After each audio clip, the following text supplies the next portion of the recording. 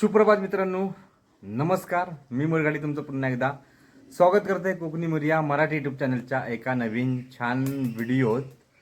तर मंडळींनो काय माहीत आहे काय झाला तर आपल्याकडे आताशे ब्लॉग टाकूक भेटले नाहीत. तर शूट वगैरे केलेला असा पण आपल्याला एडिट करूक भेटले नाहीत. कारण आपण गावा गेल्यापासून ना तर बरेचसे कार्यक्रम होते, तर त्याच्यामुळे व्हिडिओ शूट केले आहेत पण आपण अपलोड केले नाहीत. तर काय माहीत आहे थोडेसे आता व्हिडिओ आता येत जातील. पण त्याच्या अगोदर आपण अगोदर काय बोललो, बरेचसे लोकांचे ना DM येऊ लागले, बरेच लोकांचे ना मेसेज येऊ लागले की काय माहीत आहे तुम्ही अगोदर काय माहीत आहे नाटकाचा व्हिडिओ टाका. नाटकात जो का आपण प्रयोग केलो होतो ना, म्हणजे आपण श्री सत्यनारायणच्या पूजेच्या दिवशी तर आपण नाटकाचा एक प्रयोग ठेवलो होतो. तर आपल्याच वाडीतले पोरगे होते जे जस्ट 12वी पास झालेले होते, तर त्यांनी प्रयोग केला नाही होतो. तर तो प्रयोग मित्रांनो नाटकाचा मी आजच्या ह्या ब्लॉगमध्ये टाकणार असं आहे. तर त्याच्यामुळे तुमका मी दाखविणार आणि पार्टमध्ये करणार आपण. कारण 3-3.5 तासाचं मित्रांचं नाटक होता, तर त्याच्यामुळे कसं आता पूर्ण टाकणं बरोबर वाटत नाही. त्याच्यामुळे मी 1, 2, 3 अशा पार्टमध्ये आपण तो ब्लॉग करणार असा. आणि त्याच्यानंतर मग सगळे मग गांगोच्या राईतलं निवेद, वाडीतील पूजा, आपल्या भावाचा म्हणजे आशूचा लग्नापासून सगळे जे काय आपले जे व्हिडिओ आहेत ब्लॉगचे, तर ते तुमका मी दाखवण्याचा प्रयत्न करणार आहे. आणि जसे आपण केला तसेच आपण हे करणार आहोत. तर चला आता मी जास्त काय बोलत नाही, आपण आता जाणार आहोत सड्यावरती. तर मी तर सड्यावर जात आहे, तर तुम्ही अगोदर काय माहीत आहे आपलो नाटकाचं पहिलो पार्ट बघा.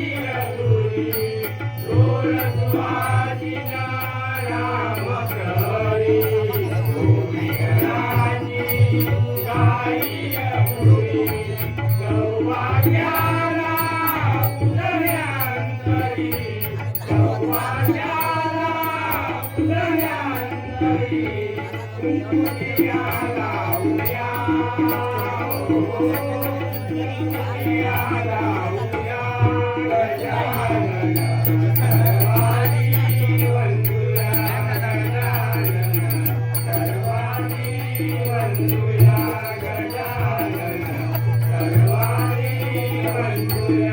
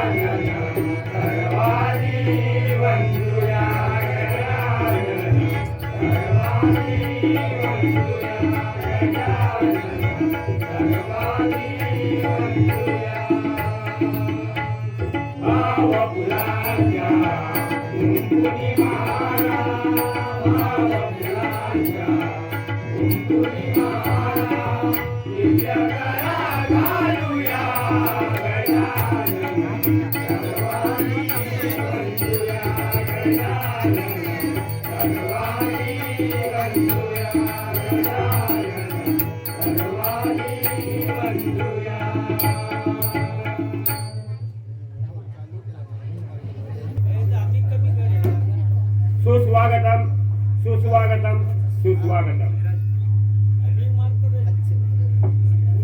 श्री केळंबिका देवी व भावका देवीला नतमस्तक होऊन, श्री गांगेश्वर व श्री व्यागेश्वर चरणी लीन होऊन, श्री कुलदैवताचे आशीर्वाद घेऊन, रंग देवतेला विनम्र अभिवादन करून आणि नाट्य रसिकांना प्रणाम करून, तरुण उत्कर्ष नाट्य मंडळ मनसे मुरगवाडी, तरुण उत्कर्ष नाट्य मंडळ मनसे मुरगवाडी श्री सत्यनारायण महापूजेनिमित्त कैलासवासी आप्पा घाडी यांचे स्मरण करून सहर्ष सादर करीत आहोत कौटुंबिक जिव्हाळ्याचे हृदयस्पर्शी 3 अंकी नाटक. कौटुंबिक जिव्हाळ्याचे हृदयस्पर्शी 3 अंकी नाटक सौभाग्यवती. सौभाग्यवती सौभाग्यवती. लेखक डॉक्टर गणेश हिरलेकर. दिग्दर्शक श्री रघुनाथ घाडी. सहदिग्दर्शक श्री विश्वनाथ घाडी. निर्माता श्री चंद्रकांत घाडी. संगीत श्री पवार सर, केंद्रशाळा मनसे केंद्र प्रमुख. तबलासार श्री पांडुरंग मेस्त्री बाबर्डे. पार्श्वसंगीत श्री गुरुनाथ मेस्त्री. नेपथ्य व रंगभूषा तरुण उत्कर्ष मंडळ. प्रकाश योजना श्री नंदकुमार मेस्त्री आणि गणेश पांचाळ. साऊंड श्री विजय घाडी. मंडळाचे कार्यकारी पदाधिकारी अध्यक्ष श्री चंद्रकांत घाडी. उपाध्यक्ष श्री विलास घाडी. सचिव श्री सुरेंद्रनाथ घाडी. खजिनदार दीपक घाडी. सहाय्यक तरुण उत्कर्ष मंडळाचे सर्व कार्यकारी सभासद. कलाकार दादा संदेश घाडी. जग्गू ओमकार घाडी. आल्या गीत घाडी. सोमाजी रोहन घाडी. रावसाहेब युवराज घाडी. पांडू प्रेम घाडी. मॅनेजर अवधूत मेस्त्री. प्रणव आदित्य घाडी. CID इन्स्पेक्टर राज घाडी. मयुरी कुमारी प्राजक्ता नेरुळकर कुडाळ. तरुण उत्कर्ष नाट्य मंडळ मनसे मुरगवाडी सत्यनारायण महापूजेनिमित्त कैलासवासी आप्पा घाडी यांचं स्मरण करून सहर्ष सादर करीत आहोत कौटुंबिक जिव्हाळ्याचे हृदयस्पर्शी नाटक सौभाग्यवती. सौभाग्यवती सौभाग्यवती.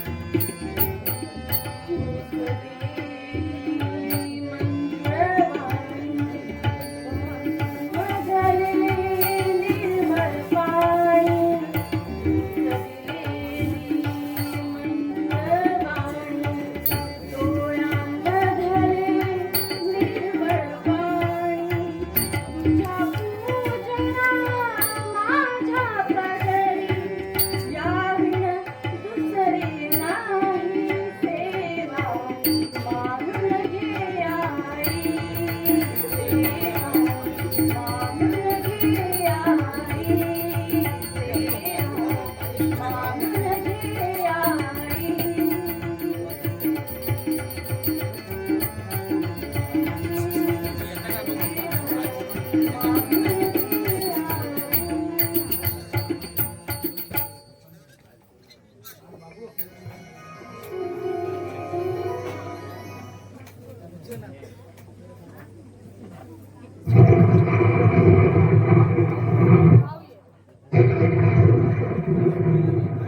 उशीर झाला दादाला यायला. एवढ्यात यायला हवा होता. काय हे वाद, काय हा पाऊस, गाडीला एवढा उशीर. दादा तसं दुपारीच यायला हवा होता. कुठे अडकला असेल कुणास. परमेश्वरा, माझ्या दादाला सुखरूप घरी घेऊन ये रे बाबा.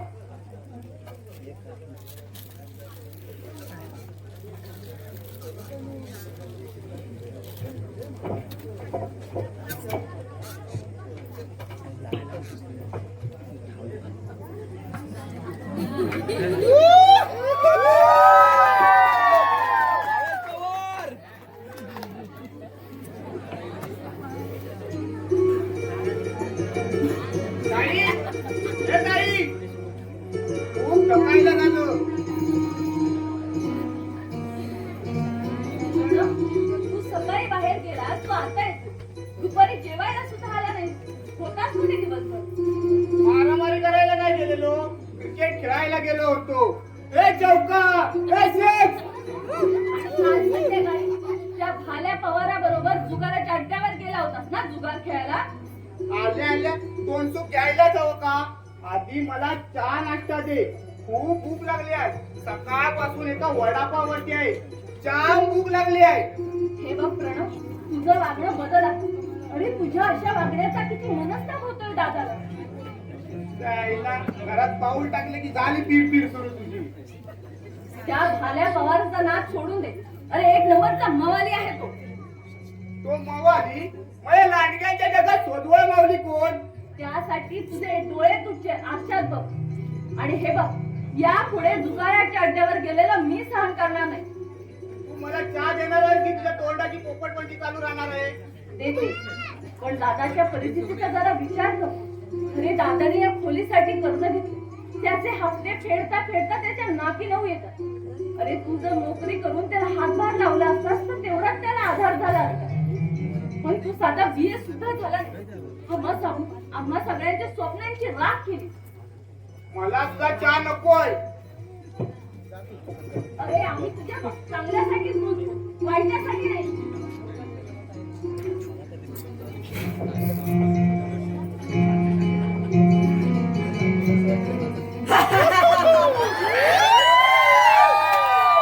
भावाला हाताशी धरलं की त्याची बहीण सहज आपल्या मिठी देते. त्यांना हाताशी लागत नव्हता, पण शेवटी लागला. काय त्याला त्या जुगाराच्या अड्ड्यावर बसवला. प्रथम त्याला जिंकायला दिलं, उद्या त्याला हरायलाही शिकवेन. शेवटी माझं नाव भाल्या पवार आहे.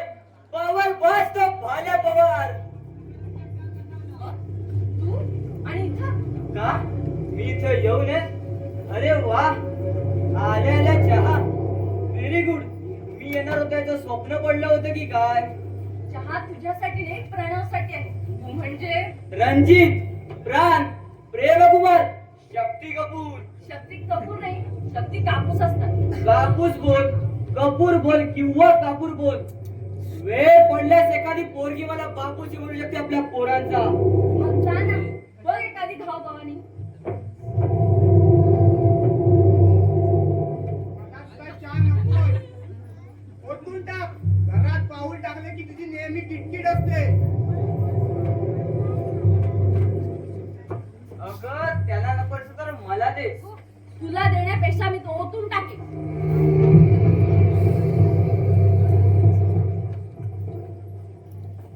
सुंदर हाताने भरायला सुंदर चहा असा ओतून का टाकला? तू इथं का आलाय? यापुढे तू इथे येऊ नको. आणि प्रणवला सुद्धा तुझ्या नादी लावू नको. नादी लावून गेला तो काय कोकुला बाळ आहे? चांगला पुरुषासारखा पुरुष आहे तो. तरी तुझ्यासारख्याची मैत्री त्यांच्या आयुष्याचा नाश कर. तुमची दोस्ती त्याला मातीमोल कर. त्याचं जीवन मातीमोल होईल. तुझी दोस्ती त्याला आयुष्यातून उठवी.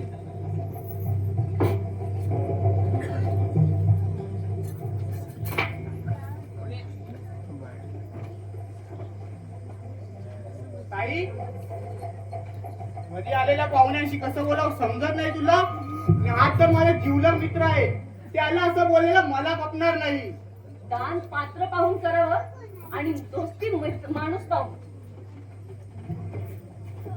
तुझी ताई अगदी फार बोलू लागलीये. वेळी सावर घाल, नाहीतर ती तुझ्या डोक्यावर चढेल. दादाने चढून ठेवलंय ना तिला. पुन्हा समोर काय बोलावं काही समजत नाही. काल तुझ्याबरोबर दुकानाच्या अड्ड्यावर गेलो तर तिने काय अक्कान तांडव केला. अरे आजकालच्या स्त्रिया या अशाच असतात. सर्वजण आपल्या धाकात राहावं ही त्यांची इच्छा. पण पुरुष जातीने कसं मर्दासारखं वागायला हवं. सर्व धंदे करायला हवे, तरच तो खरा मर्द. आली अंगाने घ्यावी शिंगावर असा मर्दासारखा बाणा असावा. नाहीतर काय आली अंगाने पळतोय गावभर. मला इथं राहायचाच कंटाळा आलाय. दादा आला की तोही किटकिट करत बसणार आणि संपूर्ण घर डोक्यावर घेऊन बसणार. प्रणव, एक काम करूया. प्रत्येकाने आपल्या पायावर उभं राहायला शिकायला हवं. नाहीतर हा तुझा दादा आणि ही मयुरी तुला फुकट का बोलतील. मग मी काय करावं म्हणतोस? मी मटकेला दुसरा अड्डा टाकतोय, तो तू सांभाळायचा. अरे दिवसाला 1000 रुपये कुठेच गेले नाहीयेत. 500 तुझे आणि 500 माझे. महिन्याभरात 10-15 रुपये सहज मिळून जातील. पण हे दादाला पटणार नाही. उगाच दादा आपट करत बसणार. आदर्श शिक्षक आहे ना तो. म्हणूनच भिकारी राहिलाय तो. तुला माहित आहे ही खोली कर्ज काढून घेतली आहे त्याने. या खोलीचं कर्जाचं व्याज त्याच्या किरकोळ पगारून देता येईल का? तशात वयात आलेली तुझी बहीण, तिचंही लग्न वेळीच करावं लागणार आहे. प्रणव, या साऱ्या गोष्टींचा विचार कर. न पेक्षा तू या भिकारपणाच्या घाणीत गुदमरत राहशील. हो, मला माझा विचार करावाच लागेल. असलं हे भिकारपणाचं जीवन मला जगायचं नाहीये. मला पैसा हवाय, पैसा. बस. मग तुला सांगितलेलाच मार्ग योग्य आहे. तू चालू कर, मी सांभाळतो. काय होईल ते होईल. आर्या पार. गुड. मग उशीर कशाला, उद्याच चालू करूया. प्रथम याच्या बहिणीचाच मटका लाव व फोडू. Open to close and finish. कसला विचार करतोय झाल्या? मटका अड्डा कसा सुरू करायचा त्या दाजी पुढे शोध द्यावाच लागेल. साल्याचा मटका अड्डा काय चालतोय ते जाऊ दे. तू उद्या सकाळी भेट, मी येतो. दिवसाला 500, महिन्याचे 15,000. हो, दादा काही बोलू दे, राहू दे त्याला या दारिद्र्यात तडफडत.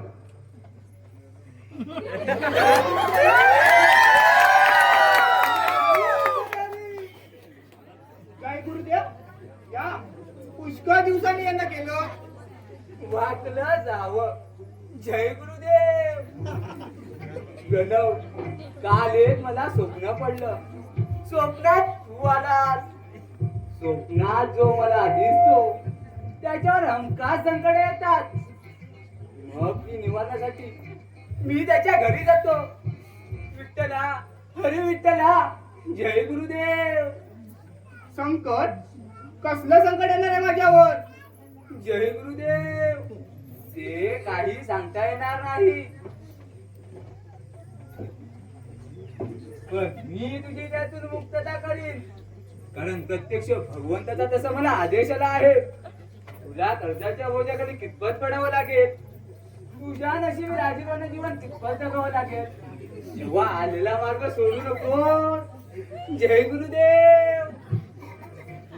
चायला प्रत्यक्ष गुरुदेव पाठीशी असताना कशाला घाबरायचं? जय गुरुदेव. घाबरू नकोस बालका. कसला विचार करत आहेस? कुठलाही विचार करू नकोस. गुरुदेव सोमाजी बुवा, माझी बहीण, माझा मोठा भाऊ नेहमी माझ्याशी भांडत असतात. मी काय करावं काही समजत नाही. तू घाबरू नकोस बालका. त्यांना मी अगदी सुतासारखा सरळ करतो. कुठे आहे तुझी ताई? आत आहे. बोलव तिला. मी जमीतच घाला होता तिची. तिच्याशी बोलायची माझी इच्छा नाही. मी येतो.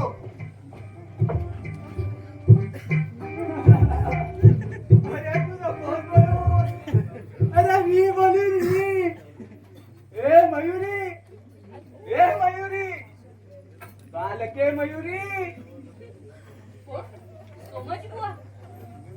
मला बुवा म्हणू नको. गुरुदेव म्हणले करा गुरुदेव. गावात राहते तुम्हाला सोमाजी बुवा म्हणून ओळखतात. जय गुरुदेव. श्री हरी. त्याचं काय आहे बालिके, मला 2 दिवसांपूर्वी साक्षात्कार झाला. प्रत्यक्ष भगवंताने आदेश देऊन मला गुरुदेव हे नाव दिलं. भगवान म्हणाले यापुढे तू गुरुदेव म्हणून वावरशील, सारे जण तुला गुरुदेव म्हणून ओळखतील. जय गुरुदेव.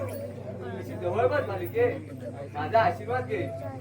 बस बालके, तू कुठलीही काळजी करू नको. मी तुझ्या पाठीशी आहे. तुझ्या भावाच्या डोक्यावरलं कर्ज लवकरच उतरेल. काहीही काळजी करू नकोस. मी सांगेन तशी वागली तर रामा म्हणता महाराजाची राणी होशील. माझ्यावर विश्वास ठेव. माझ्यावर विश्वास ठेवणं म्हणजे प्रत्यक्ष भगवंतावर विश्वास ठेवण्यासारखं आहे. बुवाजी निघा तुम्ही. हे बघ, मी इथे तुझ्या कल्याणासाठी आलो आहे. प्रत्यक्ष भगवंताचा आदेश. सोमाजी बुवा, देवाच्या नावावर राक्षसाचं काम करणाऱ्या माणसांना आपण भोंदू बुवा म्हणतो. त्यातलेच तुम्ही भोंदू. बालके, अहो सोमाजी बुवा, तुमच्या नावानं गावात नको नको ती चर्चा चालू होती. त्या येशा पांढऱ्याच्या बायकोला तुम्ही तुमच्या मठात कामाला ठेवली. हो, बिचारीला नवरा मारायचा, दारूड असतो. मग मीच म्हटलं कामाला कोणीतरी हवीच ना, ठेवून घेऊ. रात्रंदिवस त्याचं काय आहे, आम्ही मठात रात्रंदिवस कामच करतो. अगं आम्ही रात्रीची साधना करतो. तेव्हा आमच्या सोबतीला कोणीतरी हवं. पटकन काहीतरी लागलं तर द्यायला. डॉक्टरांच्या सोबत नर्स असतेच ना, तसंच. अगं तिला 2 वेळेचं भरपूर खायला दिलं. बिचारी उपाशी असायची. आता तिला पोटा पाण्याला लावलं. ही चूक केली, उलट उपकार. हे बघ, तुलाही चांगल्या पगाराच्या नोकरीला ठेवतो. माझा शब्द कोणीही मोडत नाही. जय गुरुदेव, माझी नोकरी ठीक आहे. माझ्याबद्दल काहीतरी गैरसमज करून घेऊ नकोस. अगं लोकांच्या सर्व सांगण्यावरती विश्वास ठेवू नकोस. सोमाजी बुवा, अशा अंधश्रद्धेवर दादा सुद्धा विश्वास ठेवत नाही. आणि तुम्ही इथं आलेलं त्याला आवडणार सुद्धा नाही. म्हणजे मी एवढा तुम्हाला फालतू वाटतो की काय? मी कोण आहे तो माहिती आहे ना तुम्हाला. एक नारळ फोडला, विभूती फुंकली तर तुमची बर्बादी होईल, बर्बादी. आम्हाला काय तुम्ही एवढा अंधश्रद्धाळू समजता? प्रत्यक्ष देव माझ्याशी बोलतो, मला आदेश देतो. अशा सोमाजी बुवाच्या विरुद्ध जात तर फुकटच्या माराल. केवळ तुम्हाला संकटातून सोडवायला आलो आहे आणि उलट माझ्यावर आरोप. याचा प्रत्यय तुम्हा बहीण भावांना 8 दिवसातच येईल. जय गुरुदेव. श्री हरी. छे, पण दादा कसा नाही आला? मी आलो. हे पांडुबाई, काय रे, सारं जग सुधारलं, पण तू काही सुधारला नाही. आणि ती नाडी काढ आधी तोंडात. मी नाही तर काय म्हटलं ना? मी कवडे, पण तू माझ्याशी लग्न करशील. तुझ्याशी लग्न? पण काय रे पांडुबा, लग्न याचा अर्थ तरी समजतो का तुम्हाला? समजतो ना. दोघांच्या गळ्यात मोठमोठे हार घालायचे. झालं लग्न. काल मी गेलो होतो ना लग्न मंडपात, बाबांबरोबर असे दार घातलेले बघितले. अरे वा. अरे पण आधी लग्नपत्रिका वाटायच्या असतात. लग्न पत्रिका म्हणजे काय? अरे एका कागदावर नाव गाव छापायचं. छापायचं म्हणजे कसं? ते लिहायचं. कशानं लिहायचं? तोंडात. आता टोंबल म्हणजे काय? नानाची टांग तुझ्या. एक काम कर, तुझ्या घरी जा आणि तुझ्या वडिलांना जाऊन सांग, म्हणावं माझी लग्नपत्रिका छापून द्या. मग ते देतील. मग करू आपण लग्न. लग्न मंडपात करू. गाड्यावर वळत काढू. गाडवावर नको. का? बाबा मला गाडव म्हणतात. मग रेड्यावरून काढू. रेड्यावरून नको. का? केव्हा ती बायाची बायको बायला रेडा म्हणते. म्हणजे काय? ते सुद्धा तुझ्या वडिलांना जाऊन विचार. आमच्या घरात वरात नाही पण परात आहे परात. आई त्यात नेहमी पीठ मळते. त्याच्यातनं काढूया. मग माझ्या घरी येशील. हो हो. मग मी जातो आणि बाबांना सांगतो माझी जन्मपत्रिका बनवा. मला परत इथे वरात काढायची आहे. अरे जन्मपत्रिका नाही रे, लग्नपत्रिका. असो असो. काल मला बाबाने दूध आणायला सांगितलं पण मी वाटेत घसरलो आणि विसरलो. दुधाऐवजी मीठ आणलं. मग बाबाने माझी पाठ सोडली. नशीब एवढं तरी समजलं तुला.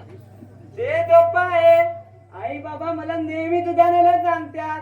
मी आता जातो हा. आणि बाबांना सांगतो हा तू तयार राहा. मी परात घेऊन येतो. कोण पांडू? दादा मी हिच्याशी लग्न करणार मग वरात घेऊन जाणार. आलो.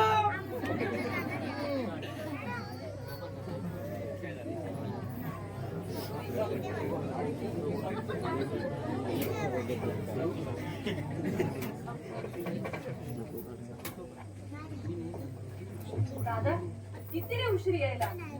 तू दुपारी येणार होतास ना. तू दुपारी येणार म्हणून मी कामाला सुद्धा गेली नाही.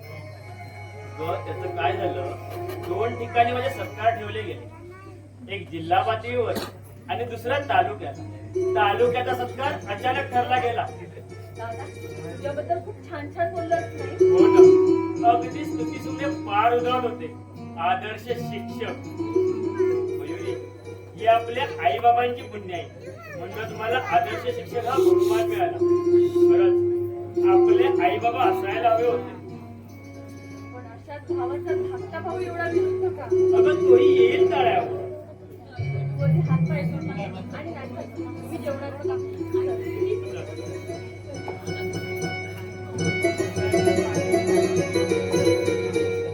नाही नाही त्या भोंदू आम्हाला गावात ठेवायचं नाही. काय झालं रे जग्गू? त्या सोमाजी बुवाच्या आणि त्या भाल्या बोराच्या नादी लागू नको. दोन्ही माणसं फार खतरनाक आहेत बघ. मी कोणाशी दोस्ती करावी आणि कोणाशी नको हे मला चांगलंच कळतं. दुसऱ्याने सांगण्याची मला गरज नाही. प्रणव आणि त्या भाल्या पवारा बरोबर असतोस. हो मग काय म्हणणं आहे तुझं? आणि मला उपदेश करणारा तू रे कोण? मी कोण? बहीण नसलेला भाऊ.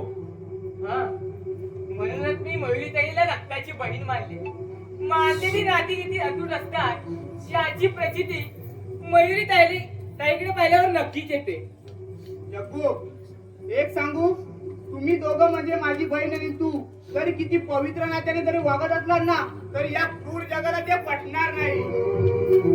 आणि आमच्या बहीण भावाच्या पवित्र प्रेमामुळे आम्ही कुचक्या मनाच्या जगाला घाबरत नाही ना त्यांची पर्वा करत. आणि हे तुमचं हे नातं माझ्या ताईच्या लग्नात आलं तर शक्यच नाही. आणि असा संशय घेणाऱ्यांशी ती कधीही लग्न करणार नाही. आणि तिच्या पसंतीची गोष्ट सोड.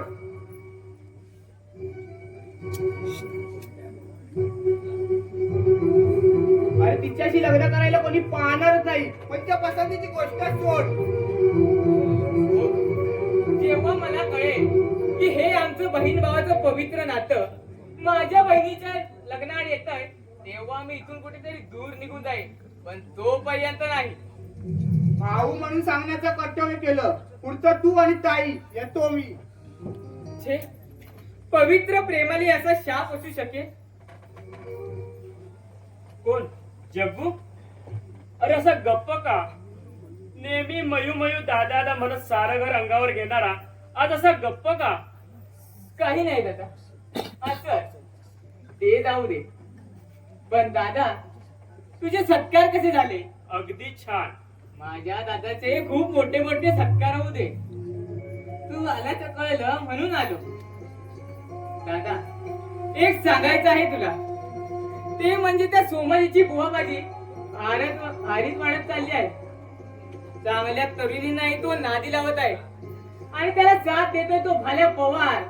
होय, आलंय ते माझ्या कानावर. आपल्याला त्यांचा बंदोबस्त करायलाच हवा. लोकही त्यांच्या भूलथापांना कसं बसतात तेच कळत नाही मला. म्हणे प्रत्यक्ष देव त्यांच्याशी बोलतोय. गोंधुगिरी सारी. दादा, हे जर माझ्या तावडीत मिळाले ना तर त्यांना जिवंत सोडणार नाही मी. कायदा हाती घेऊ नकोस. आपण सारं शिस्तीनं करायचं. शिस्तीने ते टाळ्या येणार नाही तर आपल्या गावाला वाऱ्यावर सोडतील ते.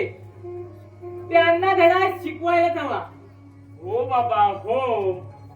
आता आणखी एक कामगिरी करायची आहे आपल्याला. आपल्या मयूरचं लग्न या 6 महिन्यात उरकून घ्यायला हवं. आता वय झालंय तिचं. केव्हा तिच्यात पिवळे करतोय असं झालं एकदाच मला. होय दादा, मलाही तसंच वाटतंय. पण दादा, ताईच्या लग्नात मी खूप नाचणार हा. बँड आणायचा, बँजो आणायचा, तो खर्च माझा. तिला मी म्हणालो लग्नाबद्दल तर मला म्हणते एवढ्यात लग्न नको, आधी कर्ज पिटू दे. बरं जग्गू, तू बैस. ए मयुरी, अगं मयुरी, जग्गू आलाय. 2 कप चहा घेऊन ये. दादा, अरे ही काय चहाची वेळ आहे? चहा नकोय मला. अरे 4 दिवस कुठे भेटलो आपण? 4 दिवस मयूरच्या हातात चहा पण प्यालो नाही. मयूरच्या हाताला गोडवाच फार. दादा, आपल्या ताईला तर छानसा नवरा मिळायला हवा की तिला तो खूप जपणारा. आपल्या सर्वांचे आशीर्वाद आहेत तिच्या पाठीशी. पण तिचं लग्न झाल्यावर तू लग्न केलंच पाहिजेच का पडलो? त्यापेक्षा आम्हाला ती चहा कोण देणार?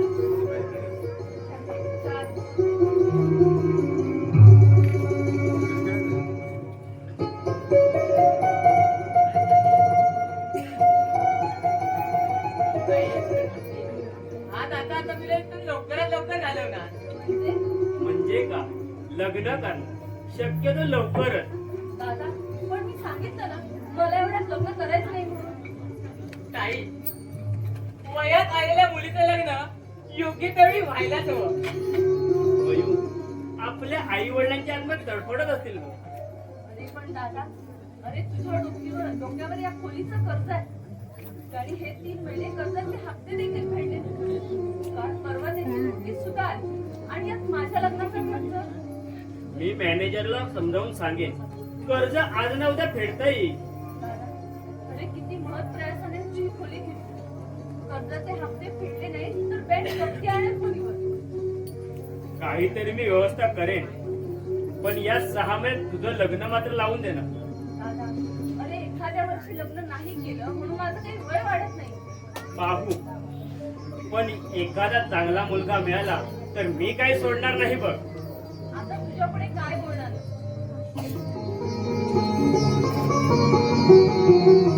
पाहिलंच, लग्नाचा विषय काढला की तिचा नकार. म्हणे एखाद्या वर्ष थांबायला काय हरकत आहे. अरे पण आपण म्हणतो असे एखाद्या वर्ष पुढे पुढे ढकलत जात आणि मग कित्येक मुली अशाच राहिल्या आहेत. एकुलती एक बहीण आहे माझी. मी पार्ट टाइम आणखी नोकरी करेन. हो दादा, मीही जमेल तेवढी मदत करेन तुला. शेवटी माझी ती बहीणच आहे ना. पण माझ्या नोकरीचं कुठे फिक्स म्हणून जमत नाही रे. काही काळजी करू नकोस, होईल. मीही पाहतो तुझ्या नोकरीचं कुठेतरी.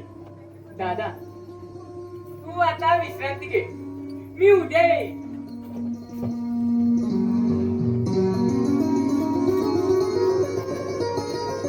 हो. हे बँकेचं कर्ज आता मला फेडावंच लागणार. 3 महिने व्याजही भरता आलेलं नाही. काय करायचं? प्रणवलाही कुठे चांगली नोकरी मिळत नाही. छे, एक वेळ उमराचं फुल फुले पण नोकरी मिळणं कठीण. छे, प्रणव ग्रॅज्युएट झाला असता तर चांगल्या नोकरीला राहिला असता किंवा या घरात स्वतःचे क्लास तरी सुरू केले असते. प्रणव, तू तरी तुझ्या नोकरीचं कुठेतरी बघायला हवंस. नोकरी अशी पटकन मिळत नाही. तू तुझं शिक्षण तरी पूर्ण करायला हवं होतंस. ग्रॅज्युएट, डबल ग्रॅज्युएट, हॉटेलात कॉपरची दूध आहे. हे मला सांगायची गरज नाही, पण शिक्षण हे केव्हाही चांगलं असतं. नोकरी नसली तर स्वतःचा क्लास सुरू करू शकला असतास तू या घरात. सध्या शिक्षण म्हणजे भिक्कार चिन्ह झालं आहे. पवित्र विद्येचा अपमान करू नकोस प्रणव. अरे छाती टोकून मिशीला पे देऊन जगणारे अंगठे बादर दिवशी हजारो रुपये कमावतात. दुनिया झुकती है लेकिन झुकाने वाला चाहिए. हवा कोणी भरवली तुझ्या डोक्यात? हे तत्वज्ञान तू मला शिकवतोस? हो दादा, तुला आदर्श शिक्षक म्हणून किताब मिळाला खरा, पण तो आणायचा खर्च किती झाला? फक्त सर्टिफिकेट. त्या सर्टिफिकेटची चौकशी तुला पैसे खर्च करून घ्यावी लागली. तुझ्या डोक्यात ही हवा कोणी भरवली? अरे भरवायला कशाला हवी? प्रत्यक्ष दिसतंय ना. आदर्शाच्या कपाळी सोटा आणि बेमानी मोठा. सध्या संत तुकारामांची पूजा होत नाही. वेश्याच्या दारी झुलतो हत्ती आणि प्रतिवतेच्या घरात काही तेल करायला वाट बघती. हे असलं लाजीरवानं दिलं मला जगायचं नाही आहे. मग काय करायचं आहे? श्रीमंत बनायची स्वप्न आहेत तुझी, पण कसा बनणार आहे श्रीमंत? तर बनले तसा. त्या भाल्या पवारच्या मनगटावर सारा गाव नसतो दादा. त्यानं आपल्या मनगटाच्या ताकदीवर हिमले खरेदी केले. त्या हरामखोराचं नाव सुद्धा घेऊ नको माझ्या घरात. का हिमला बांधलं म्हणून तू जळू लागला? अरे गोरगरिबांचे गळे कापून त्याने आपले इमले बांधलेत. दारूच्या आहारी नेऊन कित्येक संसार उद्ध्वस्त केलेत त्याने.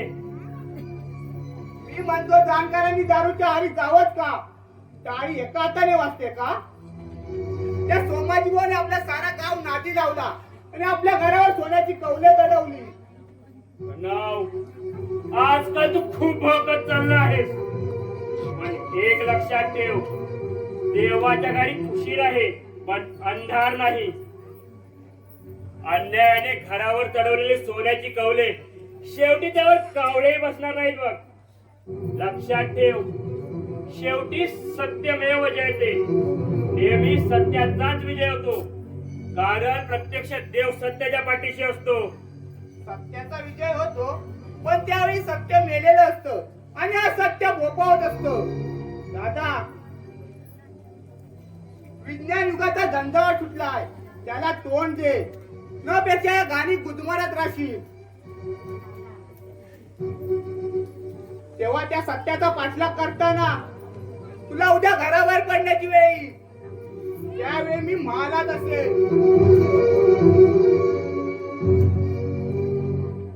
सत्याचा पाठलाग करताना मला घराबाहेर पडावं लागेल. त्यावेळी प्रणव महालात असेल. हो, खरं आहे त्याचं म्हणणं. आम्ही केवळ सत्याचं थोटांतर माजवत नाही ना. हो, पण आपली पुराणं काय सांगतात? अर्जुनानं ज्याला आपण देवाच्या ठिकाणी मानलं, त्याने 3 बायका केल्या.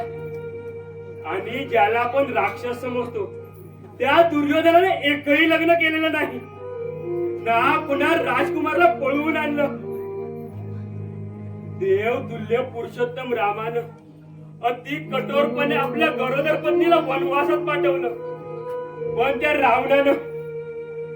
रावणानं आपल्या पत्नीला मंदोदरीला राजमहालात ठेवलं. मग श्रेष्ठ कोण, सत्य की असत्य? दादा असं उदास का? मयू मला शोध घ्यायचा आहे. आपण सत्य म्हणतो तर सत्यच आहे का? मी तुझं लग्न करून देऊ की कर्जाची का अडकून राहू? भिकारी बाप म्हणून त्याला त्याचा पोर म्हातारपणी लाथाबुक्काने तुडवतो.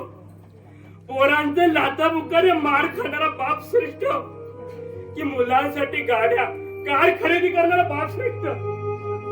मयुरी, मला सांग, एखाद्या मुलीला जाळून मारला तर हुंडा पाहिजे, तो बाप श्रेष्ठ की हवा तेवढा हुंडा देणारा बाप श्रेष्ठ?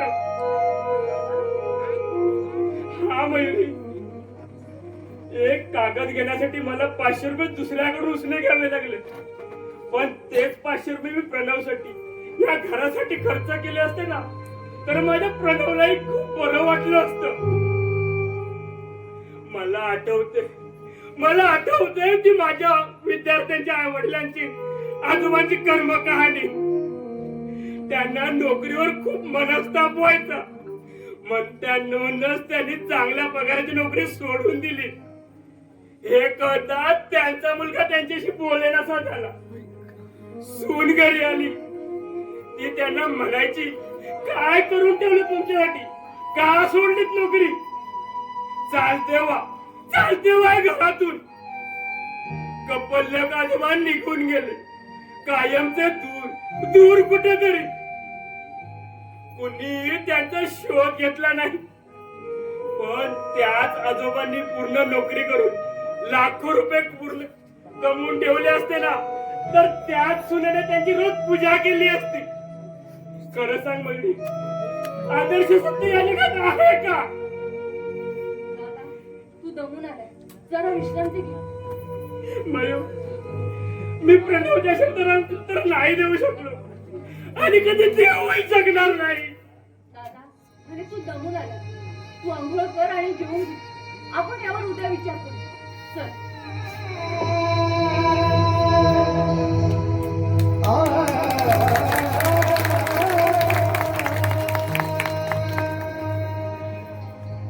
मयुरी, मयुरी, का मयुरी? मी आलो. मयुरी, का मयुरी? अरे, तू आलास एवढ्या लवकर? माझ्या बाबांना मी सगळं सांगितलं. ते खूप गोड झाले. ताबडतोब त्याने लिहून दिली. लग्न पत्रिका लिहून दिली? हो, पटकन लिहून दिली. वाचा. हा? पटकन लिहून दिली? आमचे येथे आमचा द्वितीय पुत्र पांडोबा याचा शुभविवाह मयुरी हिच्या बरोबर उद्या सकाळी 11 वाजता होणार आहे. ज्यांना ही लग्न पत्रिका दिली त्यांनी हजर राहावं. आपले नम्र रावसाहेब दांडेकर आणि राणीसाहेब दांडेकर. एवढ्या लवकर मान्य केलं दादानी? मान्य आहे.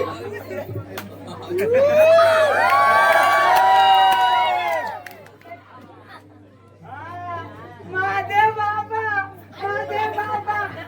लगेच बाबा तू तुझ्या भावाला बोलव. पण बिन काही नाही. आम्ही तुमचं लग्न आहे आमच्या पांडूशी लावणार आहोत.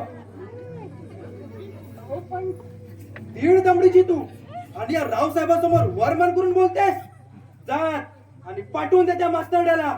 खबरदार माझ्या भावाबद्दल असं बोलाल तर. हा हा हा हा. अरे वा, भावाचा एवढा पुळका? भिकाऱ्या भावाचा? अगं कसला तो भाव तुझा, कर्जाच्या घाणीत किचपत पडलाय. बहिणीच्या लग्नाचं काही नाही त्याला. कर्ज बिंदासपणे उपसत राहतो. ते जर टाळायचं असेल तर माझ्या पांडूची लग्न कर. भिकाऱ्यांनी कशाला मोठी स्वप्न पाहावी. अगं या पांडूसारखं श्रीमंत स्थळ भेटेल का तुला? अरे माझ्यासारखं श्रीमंत सासरा भेटेल का तुला? याचा तूच विचार कर.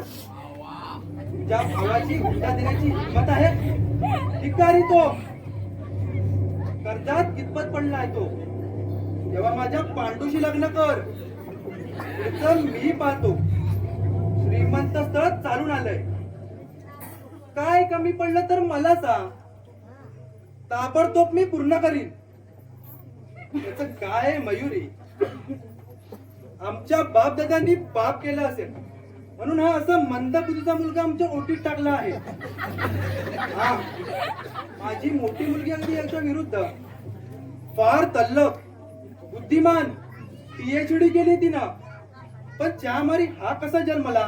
काही हरकत नाही, बोलाव भावाला. आम्ही मोठी माणसं अशा भिकाड्यांच्या घरी यावं लागतं. नशीब समजा तुमचं. बोलाव लवकर. एकदा लग्नाची तारीख इरकून टाकू. कोण? रावसाहेब?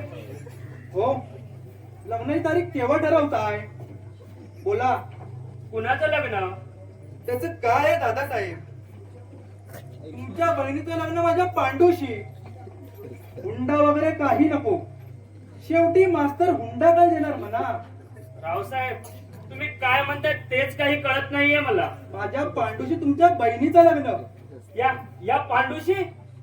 आश्चर्य का वाटावं? अहो तुम्ही भिकारी. तुझी बहीण या रावसाहेबांच्या श्रीमंत रावसाहेबांच्या घराची सुनणार आहे. तुम्हाला आनंद वाटायला हवा. कसं? रावसाहेब, तुम्ही श्रीमंत असाल हो, पण एका गरीबाची थट्टा करू नका. या थट्टा कसली? तुमच्या मतिमंद मुलाशी माझ्या बहिणीचं लग्न. मतिमंद असेल पण लाखोचा धनी आहे तो. जर या पांडूशी लग्न लावाल तर तुमच्यासारख्या भिकाऱ्यांना एकाच रात्री श्रीमंत बनवीन. तुमचं सारं कर्ज उद्या फेडून टाकतो. रावसाहेब, आम्ही भिकारी असू पण आम्ही अजून अब्रू विकलेले नाही, समजलं? माझी बहीण अशीच राहिली तरी चालेल, पण अशाशी. आणि जो त्याचा बाप आपल्या श्रीमंतीच्या पोवाडे घेतोय ना, त्याच्या घरात माझी बहीण मी कधीही देणार नाही. ऐका आता. मग लक्षात ठेवा, तू तुझ्या बहिणीला कुणाशी करू शकणार नाहीस. आणि रावसाहेब, तुम्ही तुमच्या एमए पीएचडी झालेल्या मुलीचं लग्न दुसऱ्या कुठल्याही मुलाशी जगून जावई म्हणा. राम पोरा, रावसाहेब, तुमची प्रोफेसर मुलगी सुविधा नेहमी माझ्या कवेत असते. माझ्यापासून दिवस गेले. तू रास्कल. रावसाहेब, तुमच्या मनगडापेक्षा माझ्या मनगडात भरपूर रक्त सळसळत आहे सासरे बुवा. तुम्हाला वाटत असेल तर आमच्या लग्नाची तारीख पक्की करा. तिचा मी खुनच करून टाकतो. रावसाहेब, माय फादर इन लॉ म्हणजे सासरे बुवा. मी तुमच्या मुलीशी लग्न करावं असं जर वाटत असेल तर 2 लाख रुपये नगद, 20 तोळे सोनं, एक मोटरसायकल, बस फिनिश. आता काय करूया तुझं? काही करू नका, एवढंच करा. नाहीतर साऱ्या गावात बोंबाबोंब करेल की रावसाहेबांच्या मुलीला माझ्यापासून दिवस गेलेत म्हणून. मी तिला सोडणार नाही. रावसाहेब, काही करू शकणार नाही, कारण ती आता माझ्या ताब्यात आहे. आणि माझ्या सांगण्याप्रमाणे तुम्ही जर वागला नाही तर उद्या भर दुपारी नाना चौकात तिला बांधून ओरडून सांगेल, पहा रावसाहेबांची मुली माझ्यापासून दिला. जगू, जगू, असं काय करू नकोस रे. मी पाया पडतो तुझ्या. पाया पडायचं काही कारण नाही. तुम्ही भिक्काडा करायला म्हणाला, याला ना याच्या पाया पड आणि म्हण, मी भिक्काडा, तू श्रीमंत. बोल, नाहीतर तुझ्या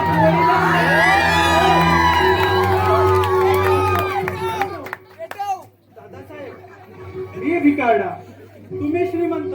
पांडूचं लावतो गंगूशी लग्न. पांडूचं लावतो गंगूशी लग्न. पण माझी पोर. होय, घेऊनच येईल. गुंड सांगितलं तेवढं तयार ठेवा. चल बोल. जगूया खरंय.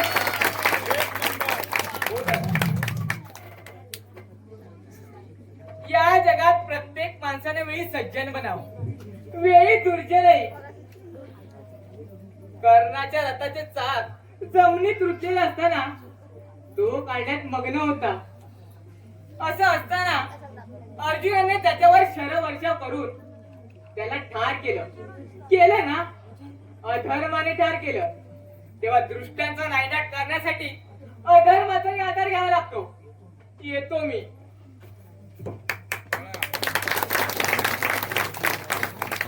धर्म, अधर्म, सत्य, असत्य, पुण्य, पाप. नमस्ते दादासाहेब.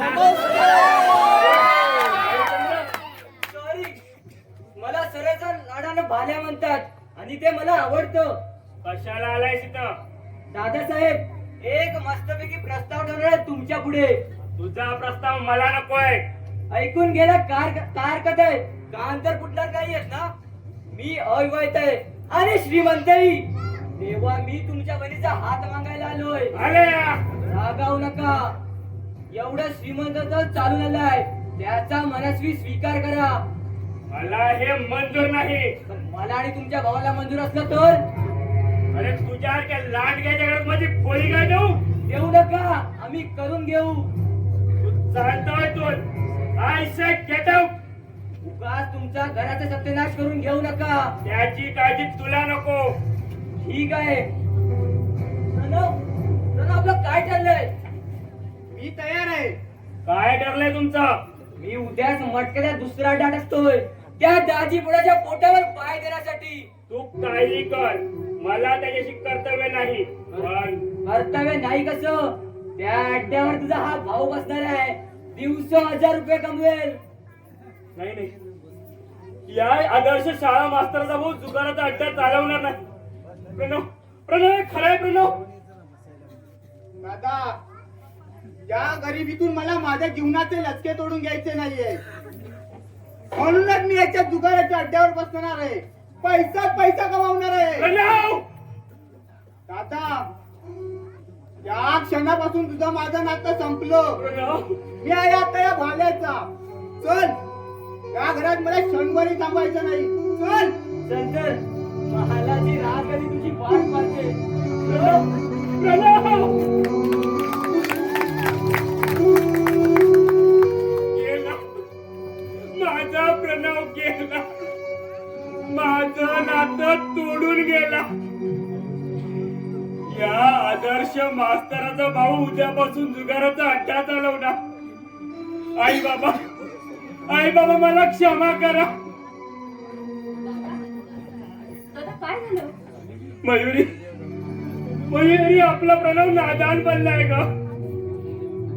उद्यापासून तो जुगाराचा अड्डा चालवणार.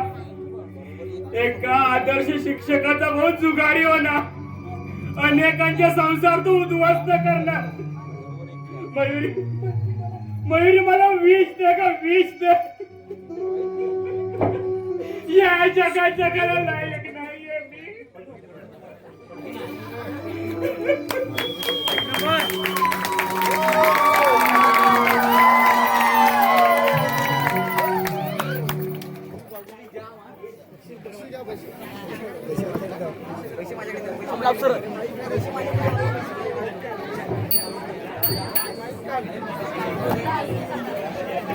दोंडू गणपत घाडी यांच्या स्मरणार्थ प्रकाश दोंडू घाडी यांच्याकडून या नाट्यप्रयोगासाठी